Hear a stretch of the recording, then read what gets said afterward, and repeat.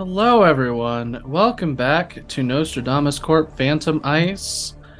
We are here with our cool new license level 3-ish robots. No, wait, we would be at 2, wouldn't we? Yes, I remember how this game works after taking a break and working on mechs all day. But yeah, we're at license level 2. We got our cool custom frames. Everybody's got like a fun new look for their mech. And they're gonna partake in their first mission with these new mechs pretty soon.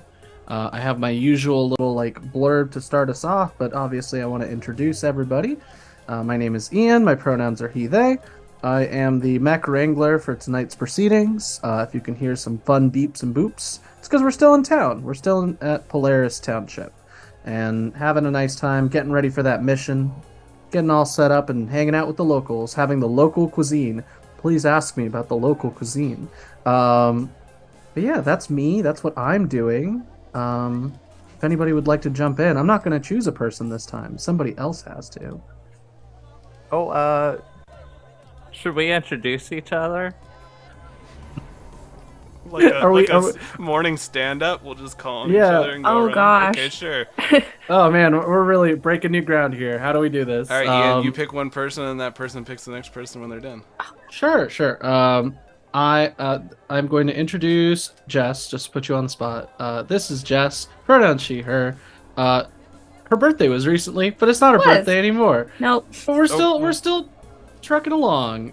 Jess is piloting. What's the name of your new mech, actually? It is still the Mudlark, but it's the Mudlark 2 : the Shrike. That's good. Mudlark 2 : the Shrike, and is playing Nico, who is the artiste of the team, mechanical artiste, if you will. And Nico's pronouns are.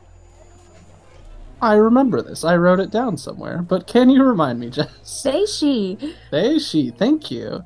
I didn't want to get it wrong. I've been looking at your mech names for a long time and not your character names. But alas, I leave it to you, Jess. Introduce someone else. All right. Also in the top corner, we have Lucas, pronouns he, him. Lucas will be playing Teddy, everyone's favorite team dad, who is piloting, I remember the name, oh shoot, maybe I don't. Segway. No, it's not the No, Segway it's not anymore. Segway It's the anymore. food court. Yeah. It's the food Cafeteria. court. Food Yes. court. Cafeteria. Damn it. And Teddy is also he, him, and is just a great guy to have around. All right, we'll go in this style. I will be introducing Eve. Pronoun she, her, playing Shira. Also she, her, with Gatekeep, who is... What is Gatekeep's pronouns? He, him. He, him. We all know Shira to be the lovable influencer that everybody needs in their life. We have the food updates, the explosions. We even have the strange life forms that you manage to capture, and then the people controlling the internet delete them, but Shira just keeps trying to upload them anyways.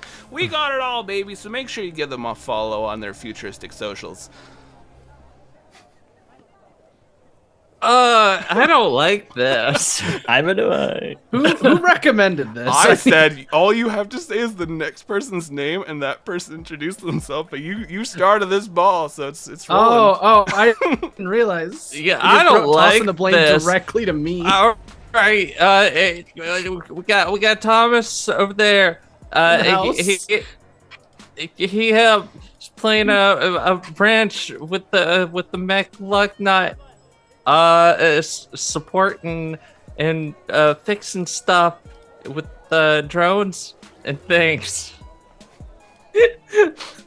Drones and things. I'm all yeah. nervous and sweating now. I'm not a good show host. I'm gonna Horrible fully, warm-up. This is never happening again. Never again. We've got, last but not least, we have Anna playing Glow and Boiling Point, the Hacker Supreme, master of all melting robots into slag with nothing but spam emails, and probably the best pilot in the entire group, let's be perfectly honest. Hey, you know what? I resent that. Shira's killed a robot on foot. That's true. I mean, sure. She You did kill a did. robot with a But shotgun. that's not being a pilot. That's being a person with a shotgun shooting a robot. You're the best person with the shotgun on the team. Anna, you do not have to introduce me. I think we've done enough. We're not looking. Oh no, I will lose my goddamn mind. Welcome everyone to Nostrodamus Corp Phantom Ice, a Lancer story. We have lots of cool Lancer stuff going on today. As the party has, arrived at the Polaris Township, found some clues about the mysterious orange energy mechs that have been appearing and attacking supply lines, and met some of the other mercenary groups and folks that are set up around the town. So I'll go into my little opening narration, and we can get all started with our session today. Once again, we return on Grimace's birthday of all days. It's celebrated on most worlds, but not the ones you think. We zoom in on the bisexual lighting moon of Marker, host to the brightly dressed hardy colonists and the little freak mercenaries from different systems. After a few days of revel and preparation, the Nostrodamus Corp's favorite team, name pending, has prepared for a truck escort mission and begun to piece together the mystery of my exploding ghost mechs that I definitely made up. It's the day before the mission, and Cheryl, your support staffer, has a fun surprise for you. She's invited you to Bunker C to show you, and possibly to show you, the truck that she has finished preparing, and to toast your first mission on Marker. So we open up in a large, little freak mercenaries. We open up in a large bunker area with a lot of machine parts everywhere. You can see that Cheryl, whose hair is kind of cut short and is always wearing a kind of mechanic jumpsuit, is currently perched on top of a massive truck. We're talking bigger than the other truck you're going to be escorting, because it has to be able to carry food court comfortably. So this truck, huge, steel frame. You can see some stenciled in art of rose petals everywhere, with a light pink sheen on them, because this truck is called the Iron Blossom. Oh my god, guys, that is so cute. Oh, I got a ride! My ride's got a ride!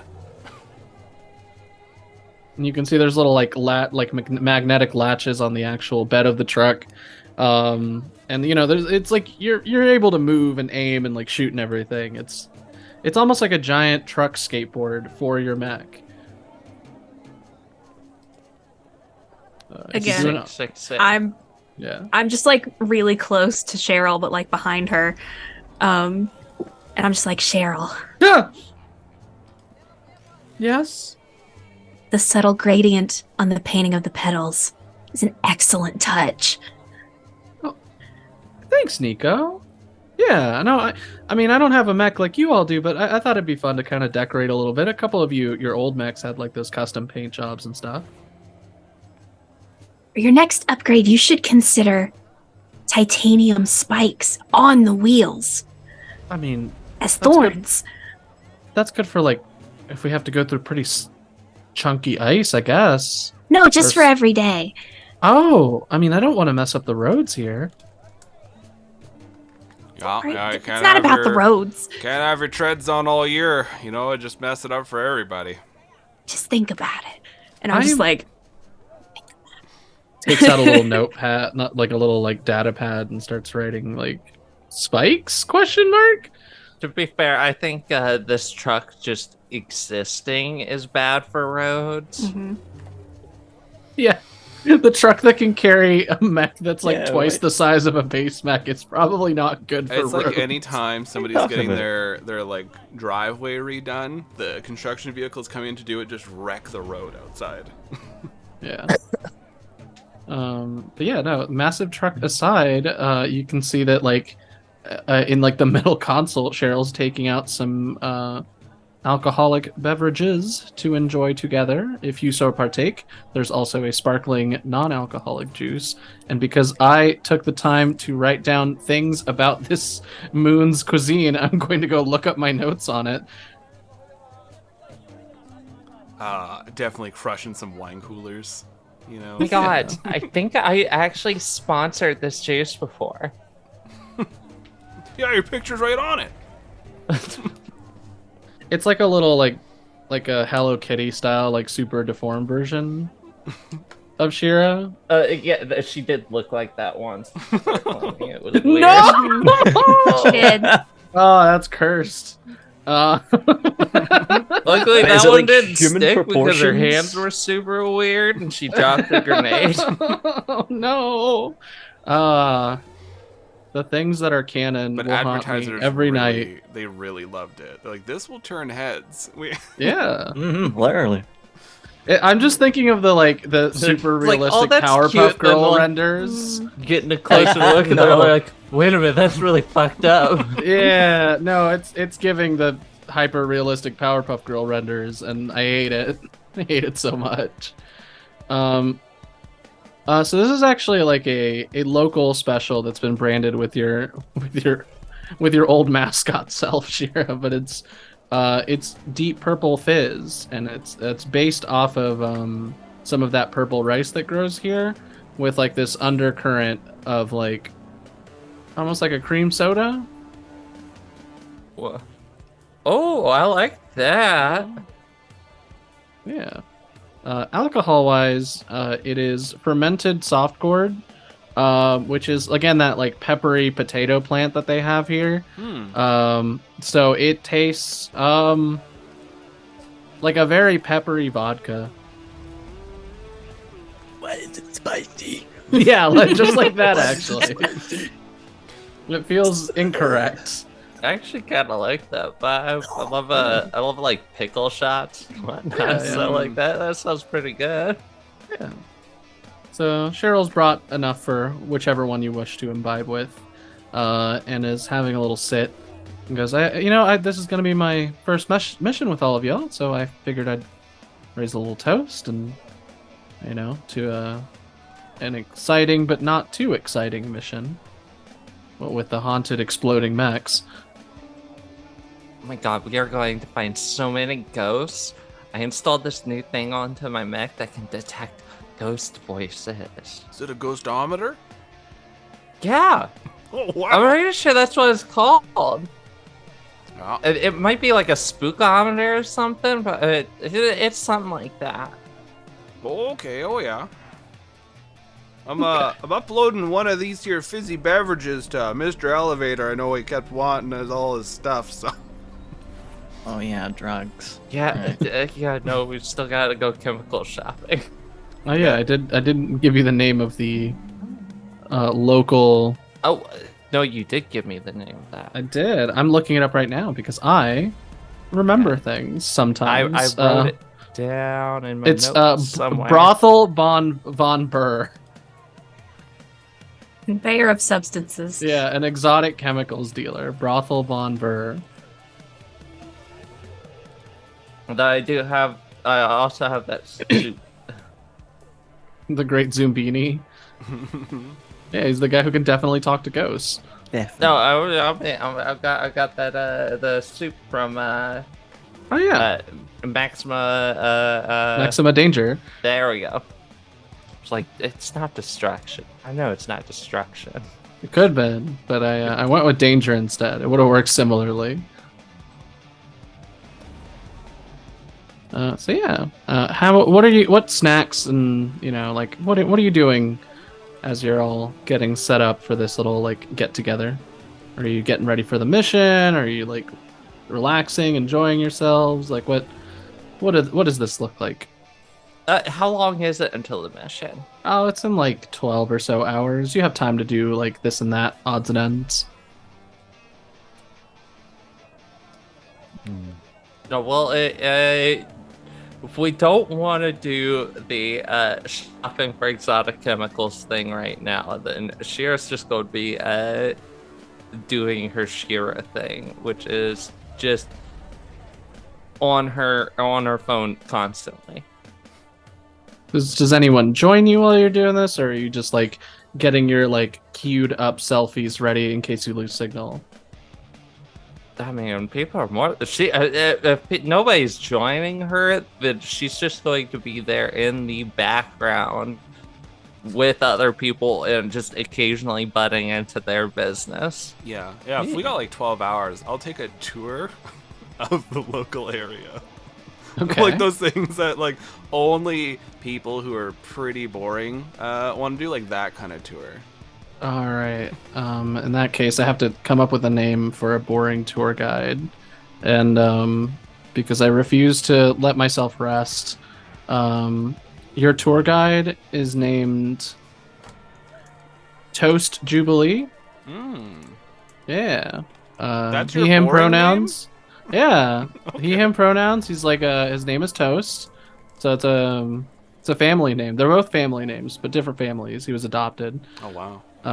And he has a very cozy big hat that like covers his ears, a very thin mustache and relatively slim, but he's got like a big guidebook that he carries that's like it would be a wallet chain, but instead of being attached to a wallet, it's attached to a giant guidebook of the entire town.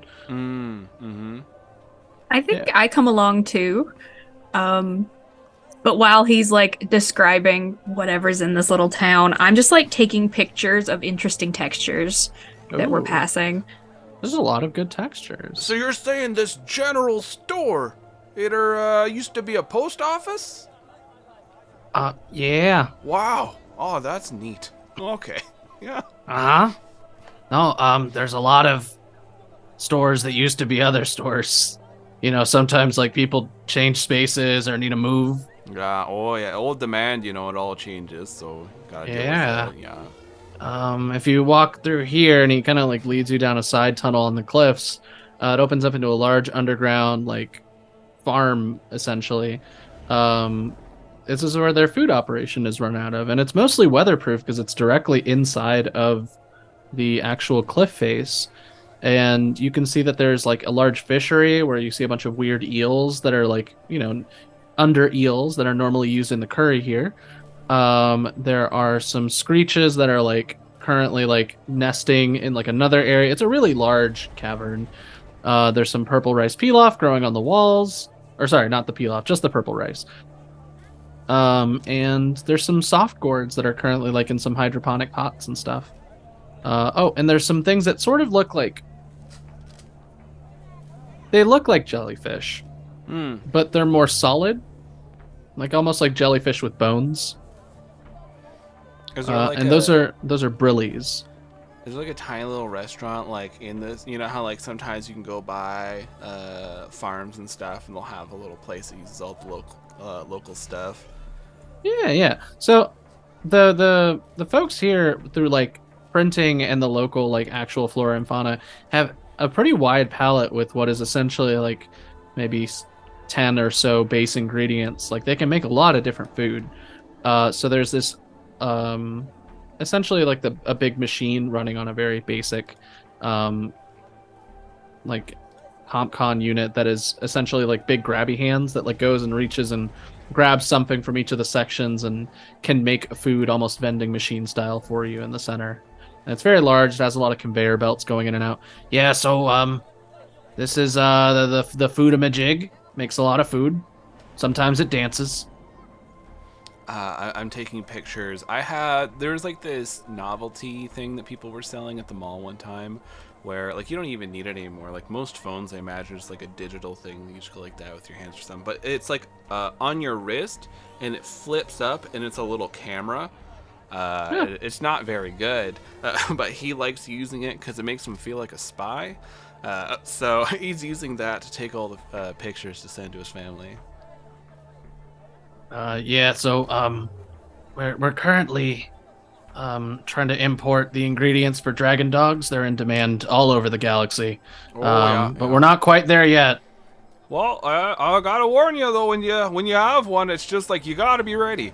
You might sit there thinking, oh, buddy, I'm gonna have at least 4 of these, and you have the first one, and then you start questioning yourself and saying like, what's really the whole thing about all this? Am I really just here in this place, am I just like a Beyblade spinning and just waiting for the next one to crash into me? Like, what's the whole point of the whole thing? And then you have the second dragon dog, and you're on a different adventure. I imagine it'll be like when we figured out we could eat brillies. Cuisine it changed deeply once we realized we could deep fry brillies to make them into sort of like, and he describes the taste as essentially onion rings. So if you deep fry the jellyfish with bones, they taste like onion rings. You ever try them screaming tomatoes? No, I have not. It's a horrific scream, but the texture, the palate, the flavor, oh goodness. Okay, we might add that to the list. Sounds we have like to a make person, sure. though, so.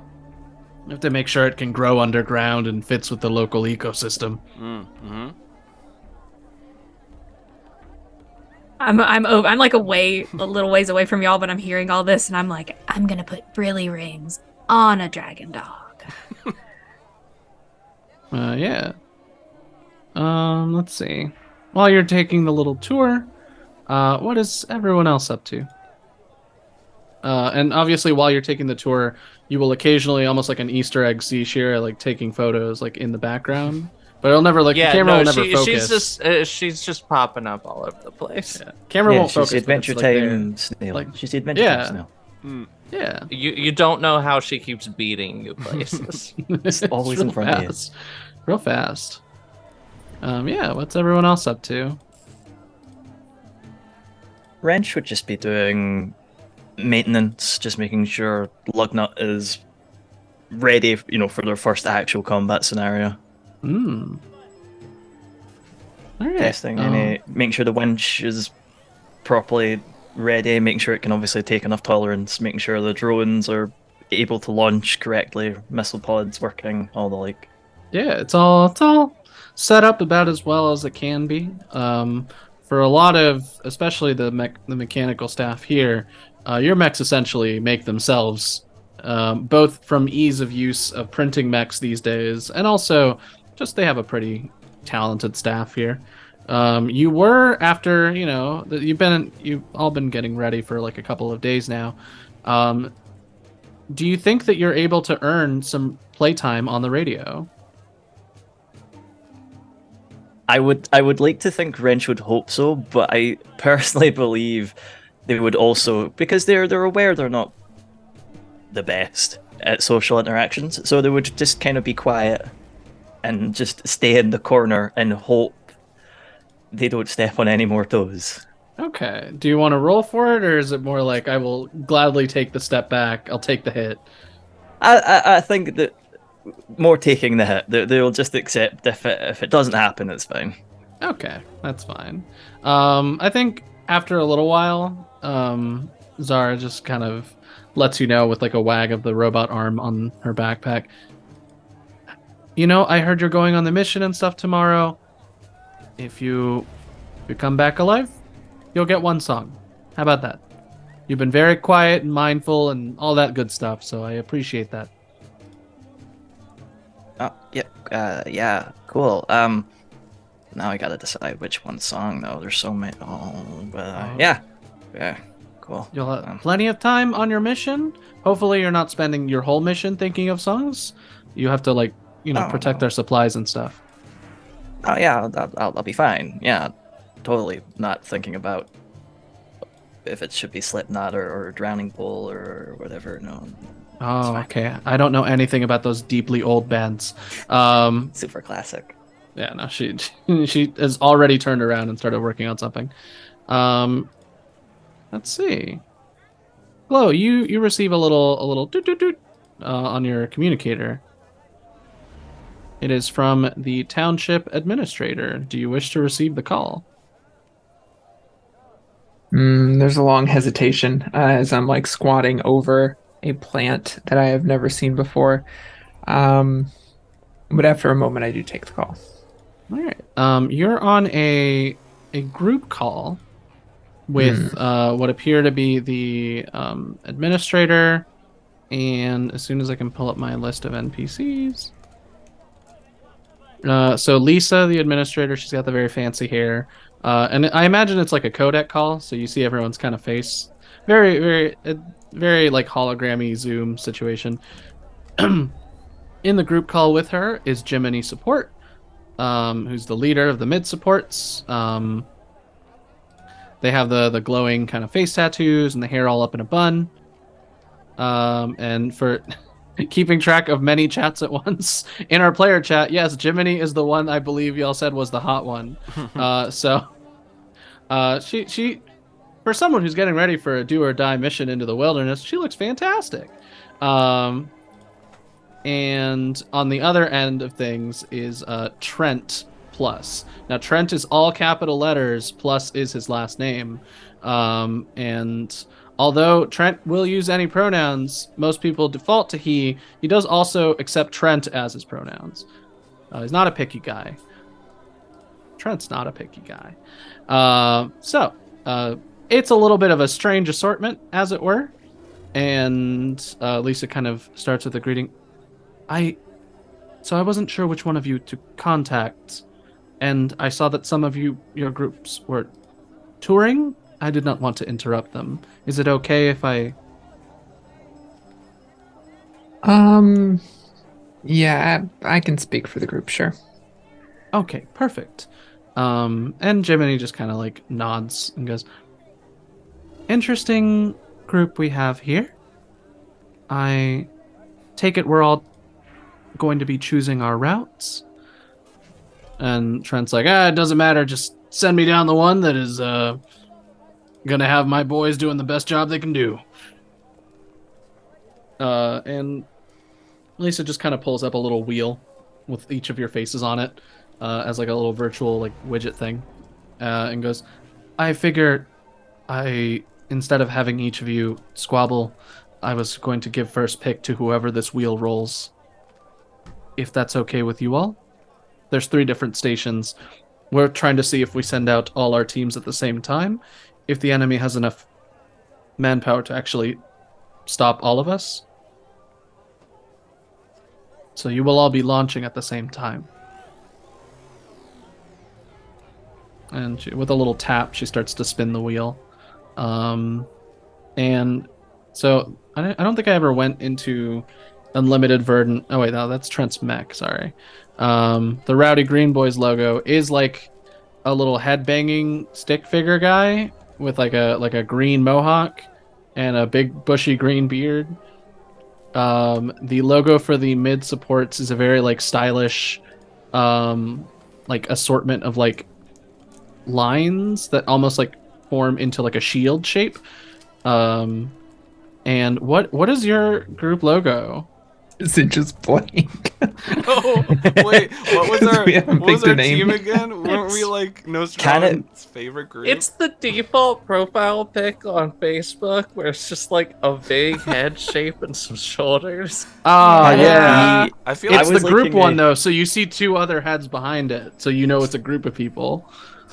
I was liking the idea of like a JPEG, but without, where it's got like the transparency, but you don't actually. It's not a transparency layer. It's just the checkered board, 'cause it's just- and that's all it is. Or it's like a group picture of us, but it's been shrunk down and Just so looks crunchy that horrible. it's just like a colorful kind of blob. That's Oh, 3 yeah. pixels. They're looking at the camera. We're all distracted. Yeah, so I'm gonna go with the shrunk down group photo because like it was just like a placeholder that was put in place. Yeah. And the little spinner like rolls around and stuff, and then eventually it appears to land. The music got way more intense for what was just supposed to be regular city music. Now Jeez. this is something big's happening when you spin this. Yeah, wheel. like I'm just I'm literally like doing a little spinny on the wheel like it's The Price is Right. You'll have to I'm face not- off against God. Oh no. This was actually a JRPG. Or for the course whole for time. Lancer. Actually, wait, yeah, that happens in Lancer all the time. Some mechs just get sent to the meat dimension sometimes. Yeah, so meat dimension aside, I would never do that to y'all. I can't. The spinner pulls to a stop, and it points at your compressed JPEG of your group photo. He So- curses under her breath. So you all get to pick which of the stations you want to go to. You don't have to pick right away, but at least 2 hours, or yeah, at least 2 hours before, you have to like submit your selection. Didn't we decide we were checking out the Well, there's signals? wasn't there Outpost Vengeance, Outpost Gamer, and Outpost Tiny? Are those the things? Yes. Let me pull them up.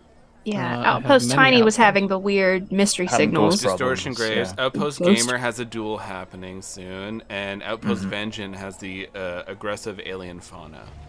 Yeah. And for some reason, I've written down forking energy weapons. I have no idea what. Oh, That's because Yeah. the prisms. The spires. Yeah, Iris Yes. Spires is where Outpost Vengeance is located, Yes. and it yes. has these big mineral deposits that like fork energy weapons and shoot them in different directions. I thought it was me being polite and not writing fucking energy weapons at it. I mean, but I mean, also yes, right? Like if you use them, you're going to be saying that. I think we picked the mystery signals because we were on this like Yeah. ghost. And we have the ghost. Well, Well, Sure. that's just what Shira wants to do. She's Yeah. gonna look for ghosts no matter where we go. Yeah, My I remember downtime was related to that as well. Yeah, Mm. I remember a lot of y'all were leaning towards the fauna, but I also the ghost signals. So Yeah, and then I did also tell Glow about the mysterious sniper wanting That's to true. destroy them. Oh, thank you. I don't know that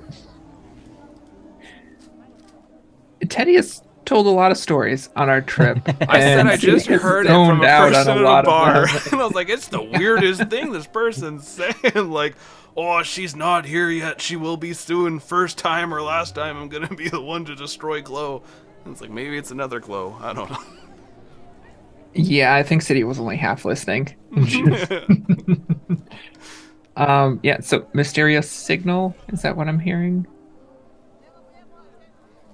Yeah, if we're Yeah. going to be tiny. Sounds Like, fun. like I said, Shira's gonna look for ghosts wherever. We've so. got a ghost recorder. Yeah. So We'll go to Outpost Tiny, who they have the best team. So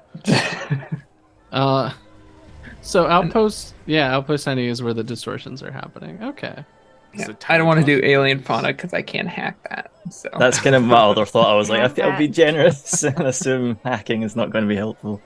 I don't have a lot of energy weapons, so I would have been fine either way. But yeah. Ghosts. So when it stops on us, I think we're planning Outpost Tiny. There were weird signals coming in. It seems up our Ah. alley. Yes, the distortion graves. Excellent. I'll send out a signal and let them know that you will be on your way in in half a day or so. Sorry, did you say Um, distortion graves? Graves. It's where all the weird Like, communication ghosts show up. This is ghosts. got it. I hesitate to call them ghosts because it leads to people Shira's going, just I standing told you right there. ghosts are real. It's ghosts. But I mean, they're a natural phenomena from what we can tell, and they replay signals from both previous occupations of the planet and our own. Dang. Yeah, Yes. I think that's what we wanted to check out. Okay. Certainly, I can make the arrangements.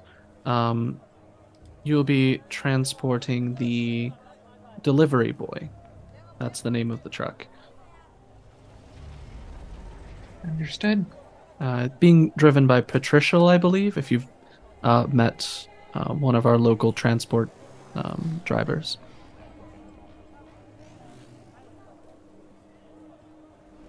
And let's see. The Rowdy Green Boys choose to go to Outpost Vengeance, and the mid supports decide to go to Outpost Gamer. However, Trent also mentioned, I am going to be sending a couple of my boys to Outpost Gamer for unrelated, not duel-related things. And without missing a beat, Jiminy is just like, yes, of course, we would be happy to have them on our caravan. We cannot guarantee their safety, though. You know how things are out in the field. And Trent's like, yeah, you don't mess with any of my boys and we won't have any trouble. And looks like everyone's all set. The call comes to a like a little buzz, and the signal leaves, and you all have a direction.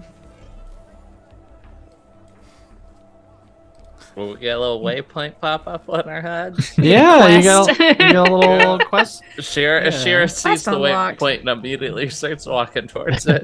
Just ooh, that way. I think Ooh, I think mission. before we come back from the tour, because I'm sure Teddy had extensive questions about their many. little cave garden. Mhm. There's like a moment where I'm just taking pictures of like all the corrugated metal walkways, and I stop and I look, and the wall is just all glass tanks for the Brillies. And there's just a moment, and it's like flashback, and you see very small Nico, shaved head, white little jumpsuit with like space Windex and a rag standing in front of a huge wall of tanks. And it's just like, and then it's back, and Nico's just staring at the tanks and takes one picture of them. Nico in a tube. Always Um, tubes. It's not a rise. Tubes It's not all a the way Ballad down. of the Seven Dice game without any Without tubes. tubes. True. All right. Is Teddy Um, just covered in souvenirs from?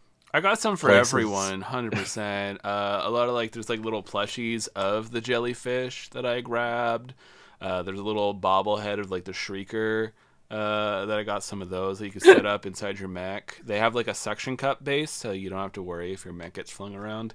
All sorts of great stuff. I definitely got a T-shirt saying "I love," like whatever the name is of this cave garden.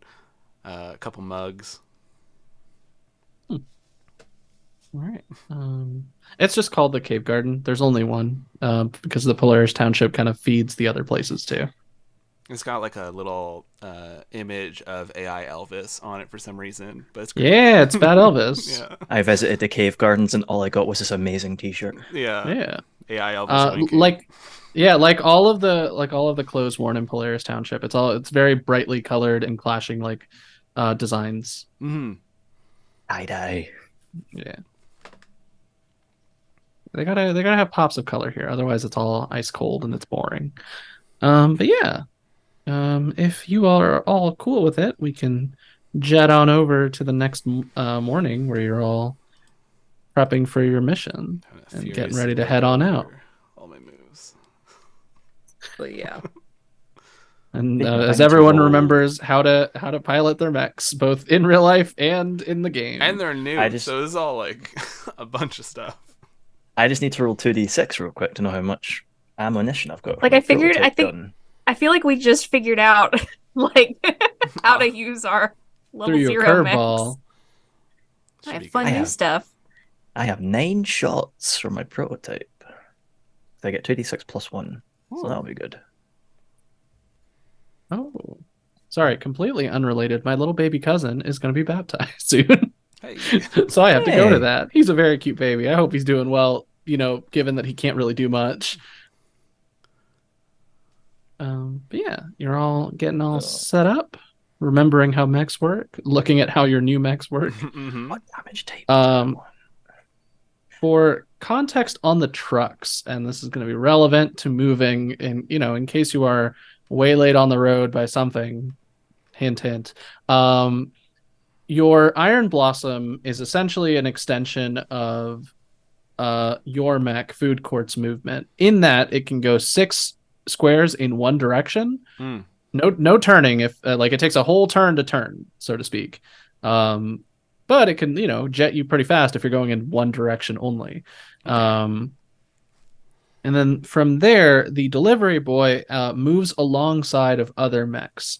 So if you say start next to the mech and you go like, I'm gonna escort the truck forward, you would move, the truck would follow behind you. Mhm. That way, if you want to, you can kind of daisy chain it, where it's like, hey, I move the truck this amount, I move the truck this amount, so on and so forth. Okay. That is the difference between the two trucks.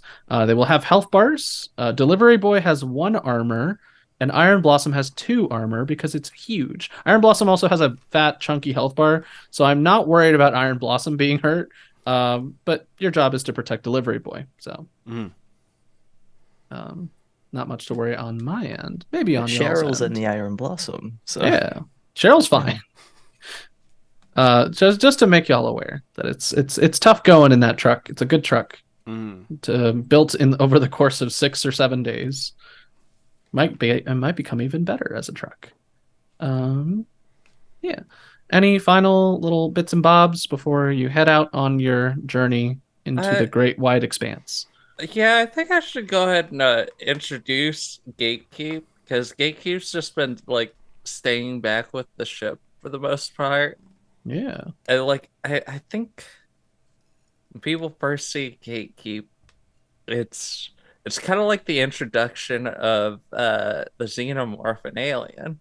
You just kind of see a tail drop down from a dark corner in the garage before like a limb pulls down from the ceiling, and finally the whole body just drops down, and it's moving very organically.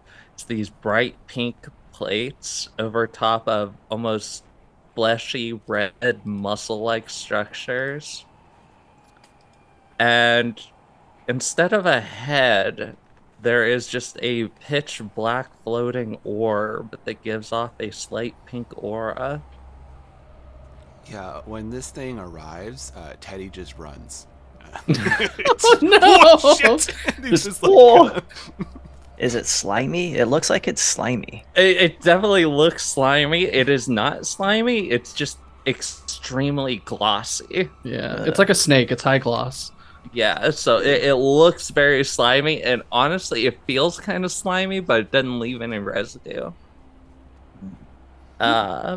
And the second it drops down, Shira just runs up. It's like, Kiki! And gives it a big hug. And in order to get inside of it, Gatekeep stands. Normally, it's walking around on 4 legs, but it stands up onto 2 and spreads its arms, and its chest starts to split open like a breaking rib cage. Oh yeah. It's literally the moon presence from Bloodborne. Yeah. Several tendrils. The inside, it's all bright, high gloss red. Also, all these tendrils just come out and grab Shira and just yank her inside before it closes back up. Yep. And just clops back into place like nothing happened. If I didn't have a light breakfast, I certainly would have thrown up by now. That's gross. I don't like that at all. I'm just staring for a moment, and then I start doing the like Shia LaBeouf clap, like, just really hard. Excellent. No one's doing it like Shira. Yeah. I look to Wrench. I'm like, we really need to think about this. No one is doing it like Shira. No need to. That's not a bad thing. Yeah. No. That certainly is something. That's her thing. My thing is that. Just pointing at look. No. Yeah. Do a quick description of your mechs, because I'm excited for y'all to paint a word picture. I might as well go since I've pointed it. So Lug is essentially, I described it as, because that's pretty much what the Lancaster looks like, is like the Boston Dynamics dog. So it's got the big 4 sort of spring bounce legs. It's got a sort of roll cage front. Very sort of simple. There's not a lot of like extra little bits on. Like they're very much form rather than design. Little pods for their turrets and their drones. Obviously, their missile pods on the back. The most sort of like unique thing is the winch sort of usually seems to hang kind of low, kind of like the tongue of a dog. And that's really about it. Their coloring is obviously strange because they went to an ice planet, but they've gone for like urban camo, lots of browns and like black and like oranges, and just try to like blend in the completely wrong place. But there you go. Nice. Tell me about the Shrike, Jess. Yeah, and compared to this very utilitarian, straightforward robot dog, you have the strike. In the past few months, while we were in downtime and we unlocked our new mechs, it kind of was a Ship of Theseus situation where I started adding things and taking things away until I had like completely replaced everything that was Mudlark into Shrike. And please imagine just an abstract outdoor sculpture that's just geometric shapes welded onto geometric shapes that don't make much sense, except now the edges are all very sharp. And it's just rusty brown, orange, green patina, and it's hard to kind of see how things fit together, but when it moves, it all works. But it is a large abstract pile of very sharp pieces of metal. Yeah. Very cool. Let's see. Tell me about, is there anything different with Boiling Point? Like, have you made any adjustments that are visible, or is it all like cool internal stuff that will be shown off soon? Most of it is internal. A lot of stuff around the reactor. There is a small laser cannon on Boiling Point's shoulder now. But aside from that, looks almost exactly the same from the outside. Yeah. Still rocking that Kumalungma frame. Yeah, it's packed full of surprises, I'm sure. Tell me about Food Court. Food Court is very much like, hey, let's get this off the assembly line. We'll add a few custom flares to it, you know. Somebody looked at the StarCraft Marine front and they were like, I like this, but I want it to be like 50 feet tall and covered in more metal. And so Food Court has one arm that looks just more, you know, your classic sort of like bulky mech arm that's usually wielding an assault rifle single-handedly. The other arm is this one that has tiny, or I guess not tiny, they're probably like the size of a person, but they're like these square platings all over it that when it starts to power up, it gives off this golden glow that starts generating, you know, all this different like shield technology that it has on it. There's a little ceremonial sword that is useless and will break the moment it hits any mech with a lot of force, but I just wanted to look nice. And yeah, Teddy's been very proud of this one, making sure it's all cleaned up, you know, had the hose, like spraying it down kind of thing. It's pretty stoked. Alrighty. Yeah, so this is Name Pending's new mechs all set up and ready to go. The hangar doors open and Delivery Boy and Iron Blossom kind of roll out. You are already kind of turret style applied to the Iron Blossom food court, or Teddy, and everyone else can kind of follow along fairly. Like, the truck's not, you know, going full speed. It's going at like, we got to follow this trail that leads to the outpost we're going to. But yeah. You venture out from the Polaris Township directly into the ice and snow that is very well known for a moon that is essentially covered in it. The sky above you glows with pinks and purples and kind of dyes everything in strange colors. And over time, Polaris Township begins to fade from your background until you can't see it anymore. This journey in and of itself will probably take sometime around 3 days. Weather's been pretty nice lately, so it's a shorter trip than normal. We're not dealing with any massive blizzards, at least not for now. And the trails to each of the actual outposts are relatively well maintained. Only recently have the attacks from the orange energy mechs gotten so bad that they can't do regular trips anymore. So Delivery Boy is packed full of supplies. Patricia kind of hails you all on the radio. Hey, I don't remember if this is my Patricia voice, but it'll have to do. She sounds like a lady who's had a lot of smokes. And she kind of hails you all on the comms and goes, good to be riding with you all. If we get into any nasty encounters, I'll be taking your lead. I'm not going to be the kind of person who drives off into the middle distance in a panic. You just tell me where to go and I'll go there as long as it's feasibly possible for my truck. That sounds fantastic there, Patricia. It's Teddy from the bar. Oh, hey Teddy, how's it going? Oh, you know, it's looking pretty good. Got a fancy new mech out here, so Yeah, I see. yeah, looking forward to it. We'll make sure to take care of you. Oh, did you talk to your friend about the sniper thing I told you about? You know, I told her about the whole thing about the sniper, and like wanting to like coming from the future or something, wanting to kill them. I think it's Soray the Forgetful, but you know how it is, you know. Oh, okay. This is like the general comms of the group. Yeah, I was gonna say, About could we to all ask hear her, this? you want to open comms? Wait, there's a sniper trying to kill Glow? Oh yeah. What? I mean, Wait, what?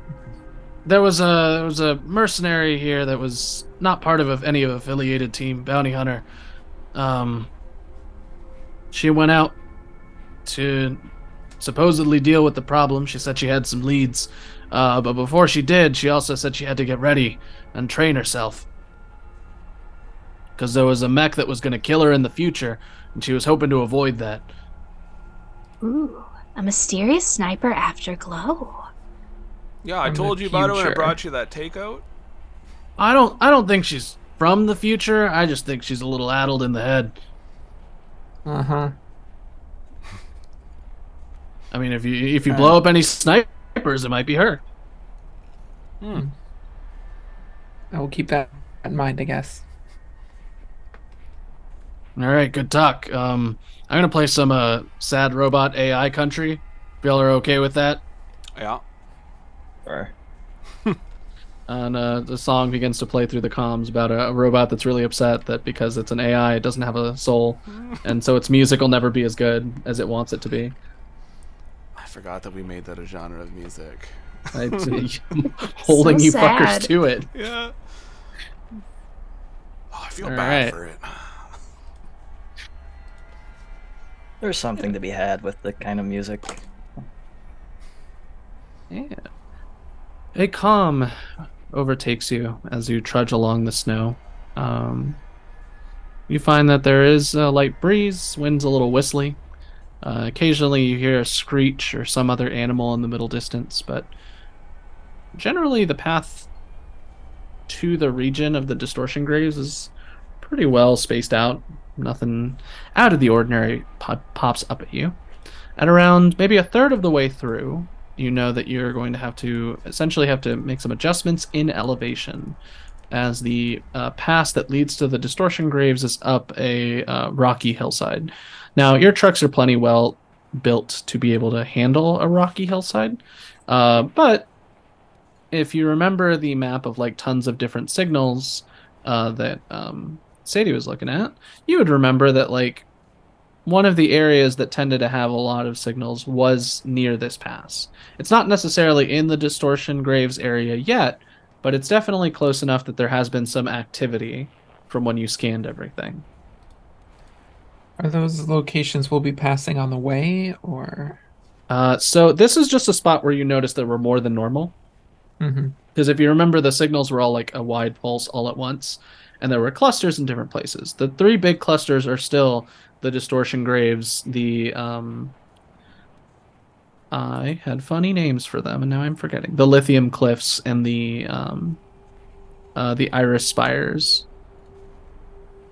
So like those areas have the highest clusters, and there's a couple of other clusters outside of even the settled regions of the moon, but those aren't necessarily as important as you knowing that like this pass that you're going to have to trudge through likely is going to have some interference from these things.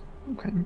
I will, I'll map that out for everyone and send it out to everyone's interface. Sure.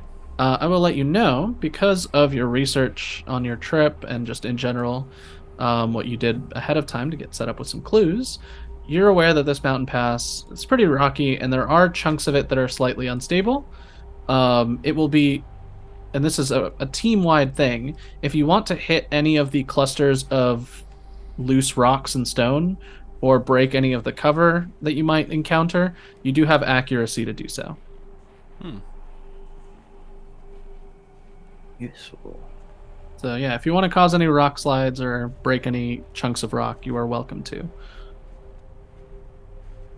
If anybody chooses to do that, though, be careful not to catch the rest of us in it. Yes. I don't want to die tumbling down the mountain.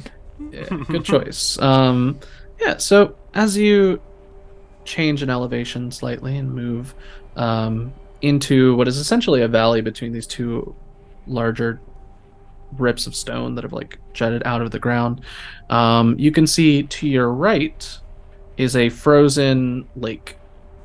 It appears to be completely frozen over. It's a pretty solid amount of ice. You think the Iron Blossom could even trudge over it for temporary amounts of time if possible. So you're not too worried about your mech sinking through, but that's on your right side. On your left side is a winding sort of like path that you're likely going to have to take the trucks up to get out of this valley. And you see some blips on your radar, and honestly, just standing in front of you.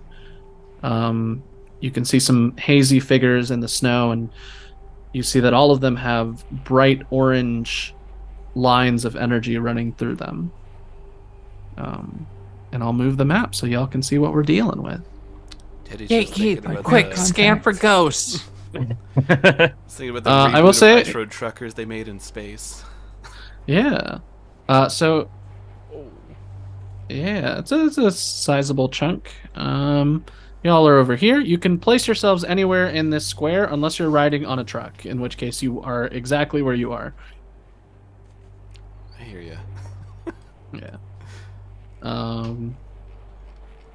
Let's see. You can see that there is an overlarge mech with a regular arm with like a little cannon on it, and then the other arm appears to be kind of like, you see these like cubes kind of floating in the air in front of its arm.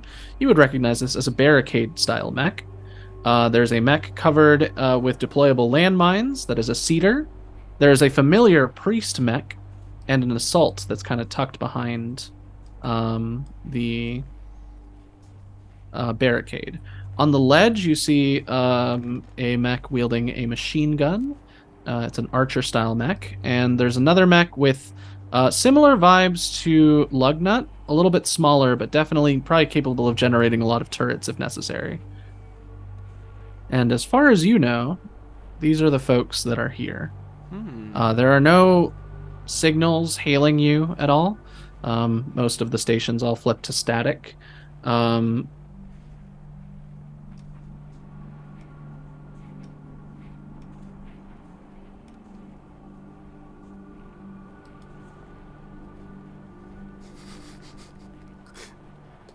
You should, Oh no, did everyone freeze? What just happened? Did Zoom crash? Your scanner, weirdly enough, picks something up because it can spot invisible things in the map area. Are we still live? This thing might move, but you do know that there is something perched on the ledge all the way on the top of the map. Our Zoom crashed for a second, but we're back Oh now. no! We're good now. Oh no! All right. I was letting you know that when you scan for ghosts, you scan across the entire map. It's an area-wide pulse. You do spot something invisible here, or maybe not invisible per se, but definitely underneath heavy cover. Huh. You don't know what it is, but it is mech shape and sized. There's a ghost on the cliff, guys. Oh! Ghost, right? Ghosts Got in it. front of us. Can I record this this bass sound that we're getting so I can analyze it course. later? Yeah, no, they're not trying to hide it, so you're very easily capable of like just hitting record and walking away, so to speak. Shira, can you ping that ghost on the map layout, please? So I will ping it for y'all. It's over here, way at the top. The only thing not in my sensor range. Ooh. Ooh. Bang. So these orange mechs, are they just standing there? They don't. They're standing there, but they're all of their, like the ones that have heads, all of them are facing the truck. Not necessarily all of you, just the truck.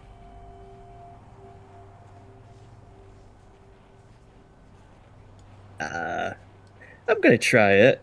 Just ping a general like open chat and just be like, hello. When you do that, the signal almost like interfaces with the ghost detection unit that Girl Boss has, and rather than getting the bassy rumble, you hear like a tormented scream come through your like sound system, Oh, and it appears to be kind of like echoing as it's bouncing between every single mech that you can see currently. yeah, not turning that And off. further, you can tell that there's other mechs that might be approaching as well. So these guys might have some reinforcements. Oh, appease. Hitting the volume button, Wrench, what just the hell turning was it right that? down. I just wanted to. Was that your old music? No, it sounds a lot more screamy than my music. Oh, Was that coming from the mechs? Mm-hmm. Mm-hmm. Mm-hmm. Oh, Shira. You might have been right. I know it's ghosts. Drill. It's ghosts. don't Told forget, you. those cockpits self-destruct, so don't try climbing in there, Shira. Don't tell Shiro what to do. Now Shira's gonna climb right in, and we get to see what happens. She's already you doing might, it. there might be Ghosts. there might be payoff to doing so. So I'm not even gonna like. You might find out something very interesting if you try to crawl into one of their chassis before they actually are defeated. Of course, yeah, charred bones is all we've found inside, but we don't know what's inside when they're active. Yeah, are we getting any readings of like biological life? Just the baseline that you would see in any piloted mech. But they're like, if your scanners are sensitive enough, you oftentimes can pick up like heat signatures and like variations. If they're really sensitive, you can pick up heartbeats. But I don't think any of your sensors are that sensitive. But you just, on basic biorhythm of all of these mechs, identical. Every single one is breathing in unison, as so to speak. Like the temperatures are identical for every single pilot. The breathing, like the biometric signature of every pilot is identical. Oh, it's even creepier than not knowing. I regret scanning, but I will send that information out to everyone. No, I don't want to know that. Oh, come Get that on away. now. They're all staring at. They're almost like waiting, like they're just sitting there staring at the truck. Well, I appreciate the very duelist, gentlemanly approach of this. Yeah, this Ice is weird. tumbleweed rolls between us. Yeah, it's a brilly like riding on the tumbleweed, and it just sort of rolls away. Squishing, the bones are poking out of it. Yeah. Bouncing away. Who would like to activate first? Sadie. You can't Yeah, decide that for I someone. know. But I want to can see all how of you well people Bo want. does. Honestly, I think Sadie should do a vibe check for everyone. I think all Yeah. of you independently did various vibe checks, and every piece of information I gave you, y'all were like, I don't like that. Oh, yeah. It's gonna be a no from me. Oh, I bet my systems will go in combat mode. I like all the mechs just turning to face Glow and just be like, go on. A lot of my stuff's reactionary. I mean, I can turn on some like shield stuff if we want. I mean, I've got a plan to move the trucks quickly out of here. Since I've got my winch, I could potentially get up on these cliffs and just winch them and pull them up rather than trying to get them to run that hole all the way around. Yeah. well, you know what? How That's about actually very possible. That would take a while. I can- Still. How tall are the cliffs? The cliffs are around, let's say, an average mech is around 10 or so. Average mech is like Oh, it's until the end of your next- 6 meters, right? Give or take. I'm trying to remember my maths. They're like Size they're like one, yeah, they're not. yeah, very they're like tall. twice the tall of a person. These are about like maybe around the same height as food court. If they're twice the tall of a person, you're probably looking at like 3 to 4 meters. But Oh, okay, so 'cause maybe a little taller a than that. human's like meter and a half. You got real tall people who can get Ah, closer to okay. 2. Okay, in that case, the cliffs are. Look at me being bad at math in my my years. It's all metric. It's set against you, so. No, I mean, either way, I did both in school. Regardless, the cliffs are about maybe a food court and a half tall. So they're pretty high up. They're like closer to like 10 meters, give or take. If it helps you, But 1 they're not- meter is about 3 feet, a little more. Okay. Yeah, they're about 30 feet or so. couple stories. They're not completely like 90-degree cliffs. Like there is some gradation to them, but in order to pull a truck up those cliffs, like you said, they would need help. Yeah. My winches are Um, long enough and can carry enough weight. It's just the issue of actually getting them up there. yeah.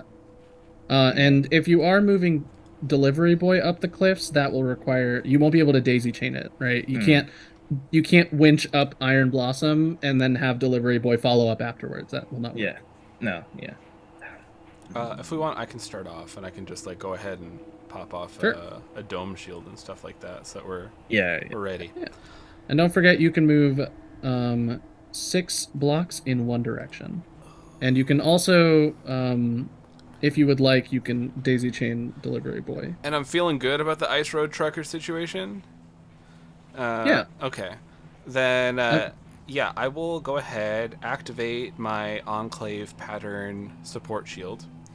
So what that does, it generates a burst 3 dome that lasts until the end of my next turn, but I'm immobilized for that duration. Any ranged or melee attacks made against characters within the dome get a +1 difficulty. Then I also have blink shields or blink field intervention if I want. So but range 3 dome. yeah, And it's centered around you, or do you place it somewhere? on me. Yeah.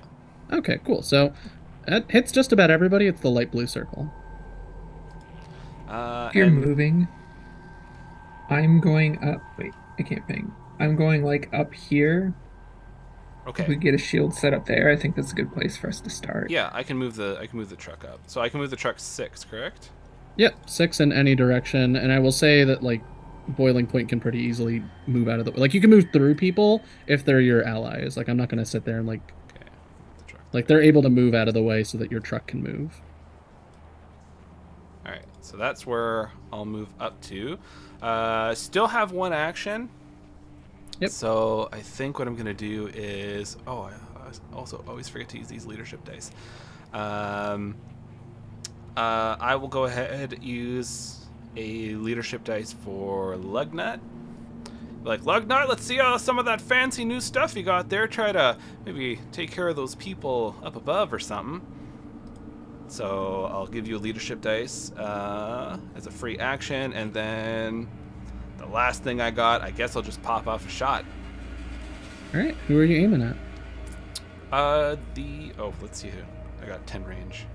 Let's see who I Yeah, can so hit. you got an assault, you got a barricade, you got a cedar which lays down mines, you got a priest behind the barricade, you have an archer on the cliff, and an engineer on the cliff. Oh, I can hit everyone. I think I'll go for the cedar. Sure. All right. Yeah, mines and ice don't mix in my brain. Oh yeah, probably not. I got a 19 to hit. Oh yeah, absolutely you're hitting. All It's right. not even funny. 2 damage. Yeah, baby.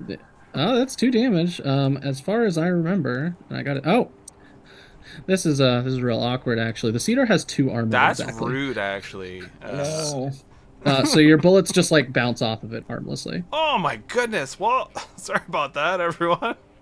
The minute you do that, all of them like lower into like a ready position. All right. Am I turned? Because that's pretty much my go.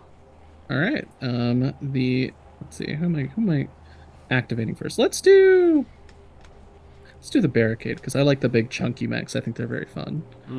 Oh, and that's a protocol. That's neat. All right. So you see the little floating cubes it's generating, and it starts to expand these cubes and like compress them into a massive sphere of, you think, metal, 3D printed gunk, unclear, as they create a space of cover. It's a big sphere, essentially, of 3D printed material that functions as hardcover. That's cool. And they generate it right here. Is that normal? Yeah. Okay. That's how barricades work. This one's a creepy barricade, but that is how barricades work. Okay. And it is a size 2 cube protocol, so it's what it can do at the beginning of its turn. And it's what else can it do? Interesting. It is going to make a quick tech. Oh wait, I didn't give it that. What am I saying? It can't do that. Reading the mech explains the mech. You know what? Let's do the lance because I think that's fun. It's got a range of 10. Where'd the ruler go? Okay, so you're in range, Teddy, I believe. I don't think it can reach anybody else. So it'll be a Uh, +1 difficulty. Yeah, so it lowers its arm with like a little pulse cannon on it and aims it at you. Your difficulty is going to cancel out its accuracy and it's going to roll for its graviton lance, Oh boy. which is fun to. It's okay. It rolled an at one. So Okay. you see a beam of like arcing energy just fire out and it just like skids past your shield. So thankfully you're not slowed. Oh goodness. Yeah. So that's going to be it. Well, it wouldn't really matter if food court's slowed. Food court's on a truck. Yeah. But slow affects other stuff I was gonna besides say your it's move probably speed. also my actions.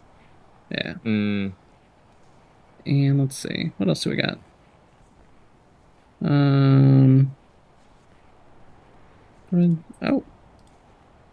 Interesting.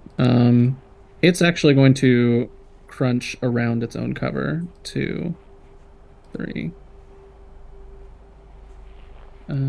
Its speed is not very high because it's a big chunker of a mech. But it is going to use its other quick action to 1, 2, 3. And it's gotten pretty close. It's next to actually. It would probably stop here. And no, that's fine. It's big enough that it doesn't care. Yeah, it's just a big giant mech right in front of you guys. You can see the arm cannon is kind of like glowing again with that orange pulsing light. Biometric readouts. Every single mech is identical. Who would like to activate next? I mean, I can go next if people want. Sure. Yeah, Please. Okay. Protocol, top of my turn, I'm going to project shield. I will designate the archer. Okay. Here. Archer. Project shield is just if it attacks anybody but you, or how does that work? No, if it attacks me.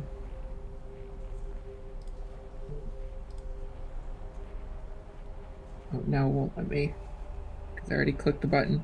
no. If it attacks me or if I attack it, we get, I think, +2 difficulty. I can look it up in a All right, cool. No worries. It is. I'll put a little shield with a little electro thing. The most important thing from that is it gives me a heat. Oh, cool. Yeah. Start the clock. Yep. I will overcharge, adding another heat. Oh yeah, y'all. Don't forget you can overcharge for some heat to do extra stuff on your turn. I forgot. I knew. I could feel it in my jellyfish bones. With my overcharge, I will skirmish. Yeah, you got it. With my main and auxiliary mounts. First one off, going at the barricade, is my soul pattern laser rifle. Cool. Which again will give me another heat. So laser rifle, pretty smart against this thing because it looks pretty well defended. That's a 19. Yeah, y'all are starting out So strong. close to You're, a crit. you're definitely hitting it. So this is energy damage, so it's armor piercing automatically, right? Yes. Cool. How much damage are you dealing? It does. Ooh, I rolled really well. Yeah. It does 6 energy damage and 1 burn. Ooh. Cool. Yeah, it takes 6, and you can see its systems are already like starting to like compress as it like tries to take the hit of this laser rifle, and it's built to tank bullets. It's not built to tank laser rifles, and it does take 1 burn. And then the auxiliary mount on that is my Nexus. So arm opens up and a bunch of razor discs shoot out. Yeah. And this is attacking E defense, and that's an 11. 11 to E defense. Same barricade. Same barricade. All right, and the razor discs are kinetic, correct? Yes. Okay, how much damage? Because it does hit its E defense. 2. 2. All right, so that's with armor. It's -1, and it has resistance to kinetic damage, so it just does 1. Okay. I don't know if I did that math right, but I'll give you the little Alright. ping. Yes. So that was my overcharge. And then I will. That leaves me at 3 heat, so 1 shy of the danger zone. So Best I place to will. be. I said it's the best place to be. No, I want to be in the danger zone. No, I'm that's supposed to be on fire. That's what I'm My saying. background It's a is good place to glowing. be. Full tack against the barricade. Sick. This is the one that gets you a scan as well, right? Yes, I will auto scan. Cool. You get the barricade's whole shebang. Ooh. Max 12 HP, armor 1, only 1 structure. Heat cap is 10. He can't. It's a big guy. Yeah, he's built to tank bullets. Not built to tank. Max reactor 1. I love to see that. Yeah, That's a 12 on the first invade. absolutely. You're hitting. E defense is only Awesome. 9. I will fragment signal on this first Sure. one. Impair and slow. Impair slow. Plus 2 heat, of course. And then second invade is a 22 to hit. Okay. I assume hits. Yeah, you are deconstructing this mech before everyone's eyes. Did my scan tell me anything about whether or not they can be knocked prone? As far as I'm aware, it just ignores difficult terrain and has resistance to like kinetic damage. It can be knocked over. Cool. Then for this one, I will balance control lockout, so it's 2 heat. Plus, I will move them back 2 spaces in the direction they came and knock them prone. And then they fall over. Real quick, how much heat total have you dealt to it? Only 4 this turn, Cool, got it. because I'm not in the danger zone yet. You're good. Next turn, it will be much more. If this were a regular pilot, they might be on the comms talking about regretting their actions, thinking they were safe. But just eerily silent, except for the low bassy thump. Oh, I don't like this. All right. I So don't that's like your it. turn. I'm gonna go ahead and activate the cedar.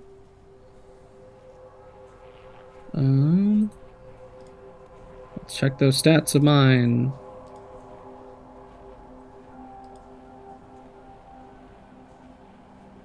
Okay, nice. It's got good speed. So 1, 2, 3, 4. It's gonna be behind this rock, which provides half cover. Then it is going to do the thing that cedars do and lay some mines. So at a free space within range 3, I mean, if I'm being honest, it's likely going to be somewhere in this line, right? Oh no. On my end, I'm going to the GM layer. Thank you, Roll20.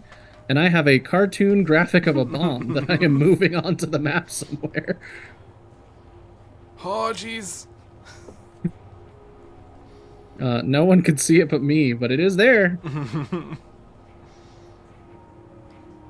All right, so cartoon graphic of the bomb is placed. We move away from GM layer. It's a fun little surprise. I like For later. it as a player, but Teddy's terrified. Yeah. Mm-hmm. They're invisible. They can't be targeted. It's a whole thing. You can reveal them with a systems check. So if you want to take a quick action to do that on your turn, you can. Wait, you said they're invisible? Yeah, I got they're invisible. things that Yeah! that get rid of Oh that. yeah. Oh yeah, heck yeah, you do. All right, Yeah. so you can just walk around it. That's the best part. Allies can step over it, but they can be damaged by it. So if you all break it and there's an ally nearby, it can take the hit. All right, And then, what is the system size for this guy? These are all new NPCs for me, so I'm excited to give them a try. Sensor size is 15. That's pretty good. That can hit any of y'all. All right, so within line of sight. Oh, never mind. Has to be a certain range. Can't do that yet. In that case, this is for characters within Hello? sensors. Oh Doesn't no! mention equipment. Why did my gravity grenade launcher not activate? Are you shooting glow? Oh, coding. I need to check the range and everything. Range is 8, so I think it can only hit you, Teddy. Okay. I'm trying to see what is missing. Ah, there we go. I'm gonna use my blink field intervention as my reaction. I take 2 Sure. heat and I grant the attacker's target resistance to all damage from this attack. All right. So it's got knockback 1, but does a 21? Oh wait, you're still in the range, so it's got a difficulty. Yeah. So it does take -6. So I think 15 might still hit. Yeah, 15 hits. As a result, since I am cutting down its damage with Blink Field Intervention, my House Guard 3 activates. Once per round, when you reduce damage, cancel an attack, or cause someone to miss, I deal 2 energy damage to the attacker and knock them prone. Cool. And this is, so the attack was aimed at Sadie for 2 explosive. It's got knockback 1, so you're pushed back 1 space. But because of the shielding going on, you kind of sap some of the energy from the grav grenade, and it just is launched outward towards the cedar, who is knocked over. How much damage am I taking? Didn't I tell you I was aiming it at... I thought you said it could Glow? only hit me. Oh, that's right. Yeah. That was on me. So yeah, you're not... Yeah, I was confused. So you're good. I believe you have armor against... No, wait, it's explosive, so... I have armor 1, immune to being shredded. Okay, so you take 1 point of explosive damage and you're knocked back, but because you're attached to the truck, you just don't move. If I have resistance and it's 1 point of damage, do I take? I believe the damage? last time I did that, I gave the bad guys 1 damage Okay, anyway, so I'll so you take take 1 damage. Okay. That's probably wrong, but I don't want to change it now. I might change it later. Oh, All right, that's my cedar. You have knocked it to the ground with jeez. energy damage.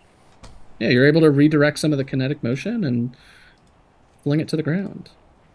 I have the manual for the Saladin open in my cockpit as I'm looking. Oh no!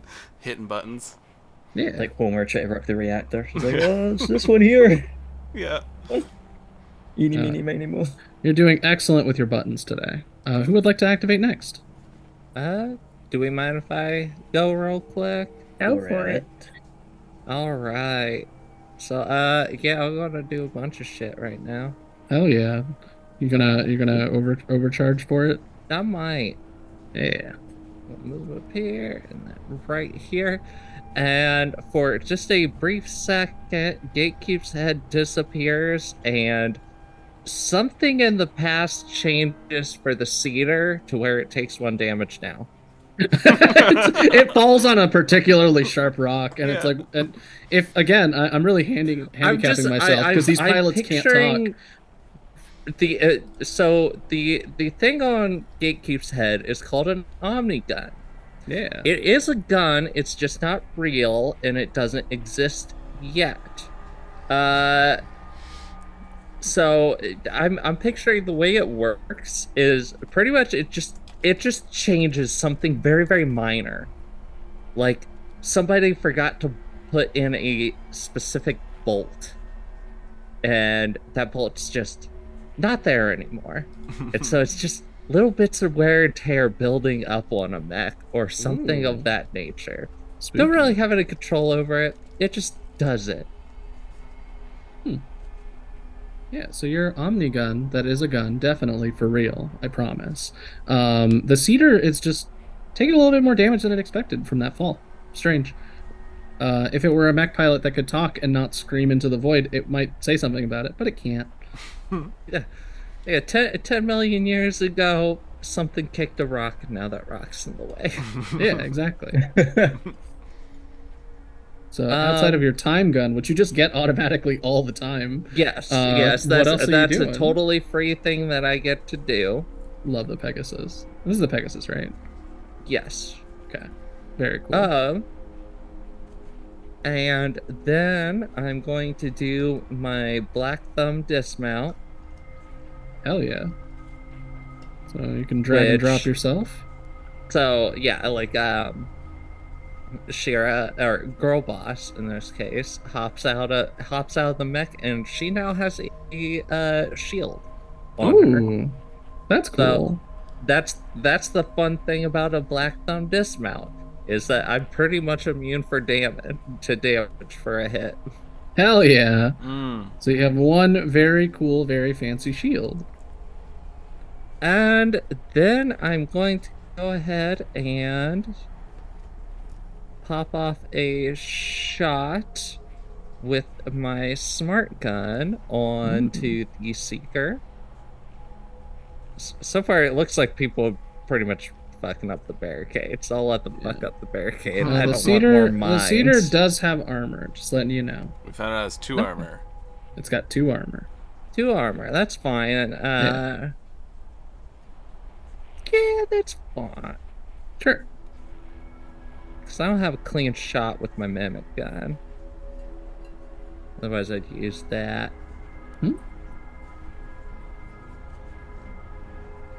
So, yeah, I'm gonna hit it with the smart gun. You got it. Doop, doop, doop. Although, I'm gonna use a piece of my ammo case and switch it to shock, so it's energy damage. Oh, sick! There you go.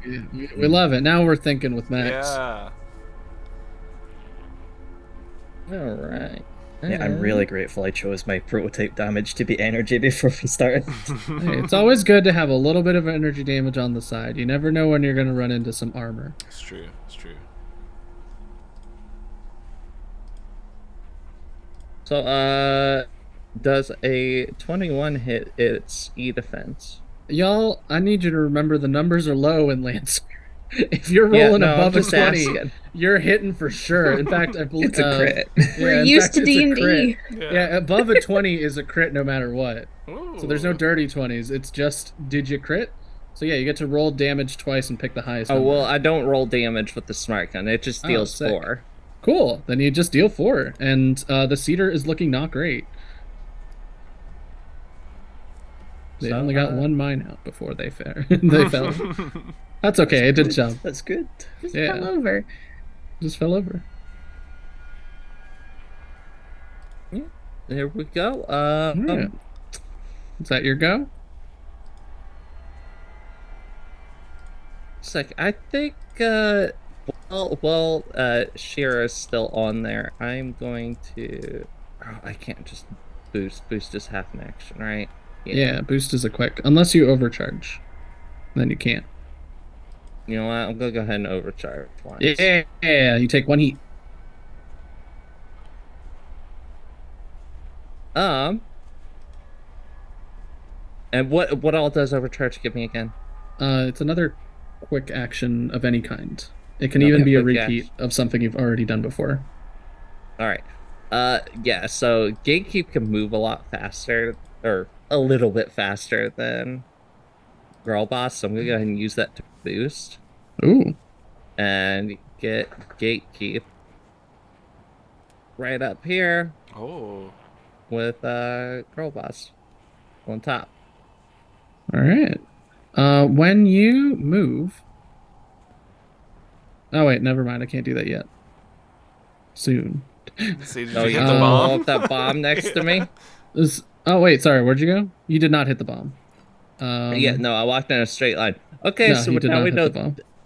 Gotta ice road truck this. we know that this area here is clear. Yeah. All right. I don't think it's fair to say you walked. You scuttled like a Yeah, I was like, creature. Yeah, like You move like a spider that's trying to escape your bathroom. Like a person from the ring. I'm you just picturing crawl it across. like straight up the way it looks. I'm just picturing it running around like xenomorphs do. Like a lizard. Yeah, yeah. Hmm. Right. Interesting. It's got kind of like a vaguely human trying to walk around on all fours kind of vibe to it, but it's not right. Uncomfortable. We're not rocking the Teen Wolf run on all four. Ugh. Is it Satiko, I guess, then? Yeah, Is I'm getting that vibe. Is the head like shaking really fast every now and then, like Silent Hill style? Just like, Oh yeah, it like pulses. The orb. All right. So after that unsettling movement, the archer is going to activate, and this guy's a little bit tricky, so I'm just rereading what stuff is. Okay, this will be fun. You're alerted to targeting systems being activated against you. Girl Who's boss. you? Girl boss. Oh, Well, not no. girl boss. You, gatekeep technically. So the archer has chosen gatekeep as a hail of fire target. So gatekeep is immobilized and impaired until the end of your next turn, until the archer is stunned or jammed, or until the target allows the archer to attack them with a single weapon as a reaction. So you're pinned down essentially. Like the archer takes out the gun and just and starts firing down, and that's a quick action. So it's also going to fire off its light machine gun against gatekeep. It does not have any additional accuracy, so just 13. Does that hit gatekeep? Yes, it does. Okay. What kind of cover do I have right now? You have I said it was half cover for the stone, so yeah, that would wait, give one it a sec. difficulty, which would bring it down to a Hold up. 7. I don't think 7 hits you. Ah, damn. Never mind. That's since I moved, I lost my soft cover because I have a skirmisher 1. So never Oh. mind. Okay. So with the difficulty from being under soft cover from the stone, it would go down to a 7, which I think misses you. Yes, that does miss me. All right. So you just take the reliable 3 from the machine gun. Boo. Yeah. Boo. So the thing about archers is they're good at pinning people down. They're good at reaction stuff. So even though it just shot at you, what it'll likely do is during one of your turns or something else. Currently, gatekeep can't move; they're pinned down. But if you choose to get hit with the gun for free, essentially, you can escape getting pinned down. Yeah. Girl boss is not going to allow that to happen. Yeah. So for now, you are impaired and immobilized But until that's the okay. end of your next turn. Gatekeep does not need to move to destroy things. Hell yeah. We Well, that'll be fine then. we get 1 reaction per turn, right? Yes, or per like round Per cycle. round. Yeah, I mean, yeah. Unless something you have says otherwise. Reaction or not reaction. It says Specific always trumps general with any rules. Yeah, it's a reaction thing. So Yep. Cool. All right. Who would like to activate next? I was gonna throw some shots at that archer.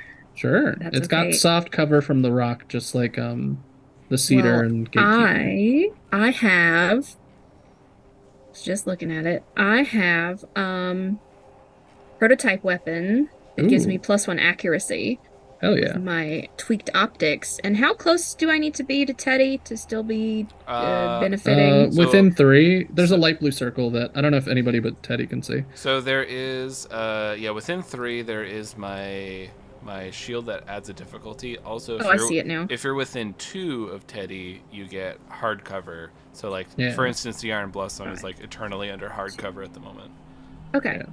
I In can't. fact, I let can me only give move you- 5, so I'm still within 2. So I have hard cover. Yeah. Oh, he's just within range. Okay, Yeah, cool. you're gonna have to be specific with where you're stepping because remember I put a cartoon graphic of a mine somewhere. You did. That's where I am. Okay. How do Well, I I mean, feel about that? You're feeling fine. There's no like telltale click. There's no nightmare sounds. Oh, no. You know. Don't lift Nothing your happens. foot.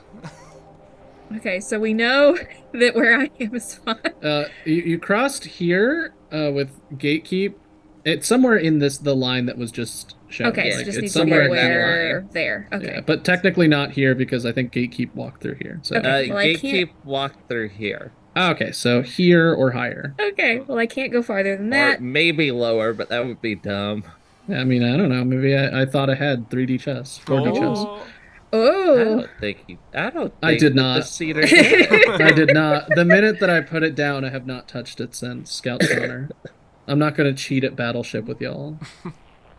Appreciate that. But yeah, I activate my optics, so I have +1 accuracy on my attacks, and I am going to. He's just within range. I'm going to barrage. I also have ammo case, so Oh, I'm yeah. going to kick on my energy weapon. And this is against the archer? Yes, because I basically see those shots like pinning down Yeah. Gatekeep and Girl Boss, and I'm just trying to get that off of them. And let's see Cool. what happens when I try to do that. Oh, stop unclicking. Do the thing. Why isn't it? Okay. Did I? What do you want, CompCon? Love. It's not letting me. The mysterious beast CompCon is. It's the sad cowboy AI. It's not giving me the option to use my gun. Oh no, that's not good. That's not good. What does it do Why? manually? You can just roll it on Roll20 with the little dice rolling feature. Yes. It's shaped like a dice. It's on the bottom of your taskbar. Whoa, amazing. Yeah. Is Brand it the prototype integration. you're- Yes, Is it the and I'll prototype just you're have to trying to remember use? to add +1 to that. Okay, Yep. let me do that. Yeah, I don't know why it's If it's the prototype, you have to give it uses and then. Oh, I rolled changes. that. I have 6. Mm. Alright. I know that's what was stopping me last time. Yeah, that Oh, was, you have to give it uses. Interesting. Yeah, because Well, I rolled a 5, so that's probably a miss. 5 is a miss. Does it have reliable, or is it just like pew shoots off into the distance? It is. It does have reliable 2, Oh, okay, so it's still taking 2.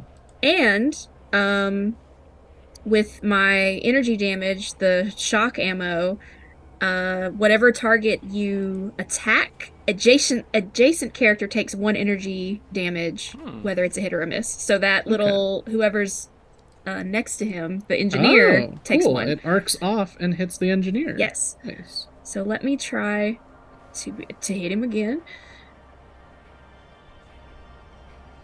That's an 11. Cool. 11 for sure is gonna hit the archer, as Okay, far as I great. remember. Okay, so that's just gonna be, and then the engineer takes another point of damage.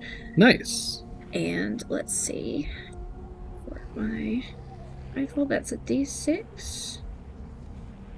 This is energy damage, so that's gonna be, bam, come on, 2. 2. Chugging along. The archer gets arced with some bolts of energy and plasma that sort of like move from it to the engineer, and the two of them kind of shudder as they take some damage. Right. Anything else? I think that's all I can do. Any overcharge? Nothing else is Anything in, else? Nothing else is in range. You got it. So I gotta wait. Sure. Up next, activating. I'm gonna Oh get wait, one last thing. I want to yeah. activate my system. Yeah, go for it. Activate your Yes, system. I activate my system, which is called the Tormentor Spines. I love and- that. What a sick name. Basically, all of the abstract artistic shapes just kind of come out a bit and just give them a bit more sharpness. And basically, it gives me resistance to all damage originating within 3. And if anyone attacks me within 3, they take damage. So Oh, okay. So anything real close is going to get hit, and Yes. you're not taking stuff from further away. yes, Or you take less resistance from stuff further away. Mhm. Cool. Very, very good for a punchy, upfront, close and personal mech. and once I get in everybody's business, it's gonna be everyone's problem. So Yeah. Sick. Sorry, I was reading Okay, I was reading something. That's how the mines worked. I'm gonna make it real easy for myself because we're running low on time, and I want to at least do something threatening and spooky. None of the enemy mechs appear to activate, but way off in the distance, you can see, and I'll change layers so y'all can see this mech. You can see a like strange looking, almost like bone textured mech, that pops out from this cliffside that had been buried in snow. It's covered in what appears to be a red cloak and has a massive gun. And it pops out. It like scuttles over here to take some cover. The other mechs don't seem to pay it any attention. It does not appear to be aligned with the mechs in question. And then, yeah. I was gonna say, when mechs like pop in, do we ever see, like, does it say like, oh, like this is their signature Incoming for the mech. mech, or like You a always name for know. the mech? You always know. Okay. So like, how do I explain? Like diegetically, like in the game, Yeah. y'all can kind of tell as Lancer pilots. Out of the game, that is always public knowledge. Does Like I can describe something as something weird and then be like, it functions like an ace mech. does the Basically. inevitable lowercase show up as a username when they're in the area? Is what Oh, I'm I asking. see. Because That's Teddy knows this name from talking to Patricial, but I don't know if Teddy knows that's that mech's name. So there's no like inevitable lowercase has entered the chat Yeah, kind of thing. type of function. Yeah. That does not happen. Okay. Its turn is going to be very simple. Boiling point, you are aware that you have a sniper's mark on you. Cool. Cool. That is its turn. Well, that is a hacker. Boy. I am spoilt for choice. I'm still deciding on exactly what Don't to forget, do here. the truck doesn't move unless you all do. Yeah, I'm considering that, but I'm also like, Oh, I don't know if I pointed it out to the map. The truck goes here to escape. yeah. I've been keeping an eye on that. Remember, you have a +1 accuracy that I do. tossed your way from leadership. And I also have +1. I also have +1 accuracy on my prototype weapon as well. But I've got like restock drones that I can. Well, okay, so I'm gonna start this first with. I think have I got enough range, or do I need to move first? Yeah, I'm gonna drop, like, sort of get one of the little pods on top of Lugnut, pops open, and a little turret sort of just hovers out, and it's gonna drop it here on that edge of that rock. Because I've got enough sensor range to do that. Yeah, go ahead and I believe you have access to drag and drop on the turrets. Oh yeah, I think you gave me that. Yeah. Yeah, so you can just drag and drop them. Where are my little turrets? Oh, there you go. Yeah. So yeah, just put them where you want them. You should be able to control them. Yeah, If so like I say, not- just on the edge of that rock there. Where is it? So that'd be a quick action. For that. can't- So let me. I'm sorry, I'm just checking if you put it on the map because I can't see it. I put it on the. So it should be here.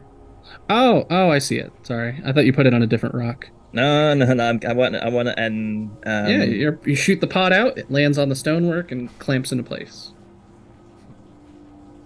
Yeah, so I skirmished with that. Cool. I then want to. Also, another drone is going to pop out Ooh.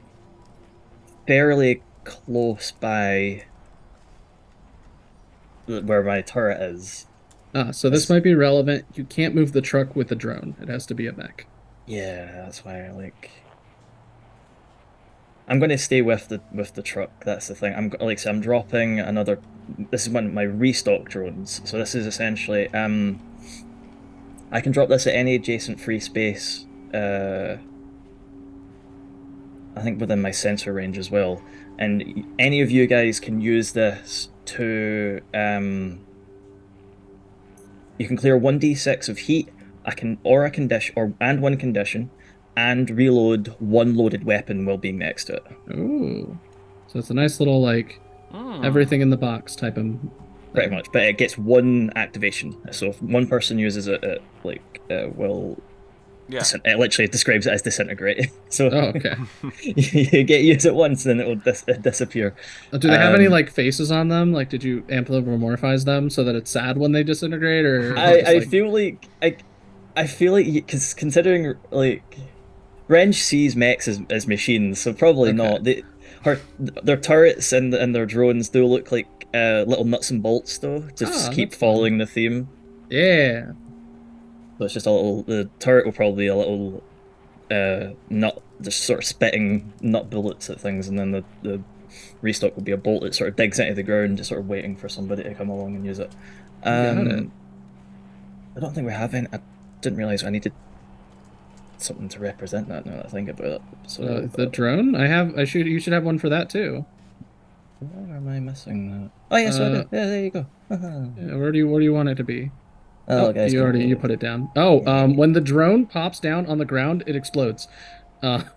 Yes, Hey, I was kind of hoping for that. I was kind of You hoping did for it! that. Yeah. So amazingly, and this will probably be where we wrap.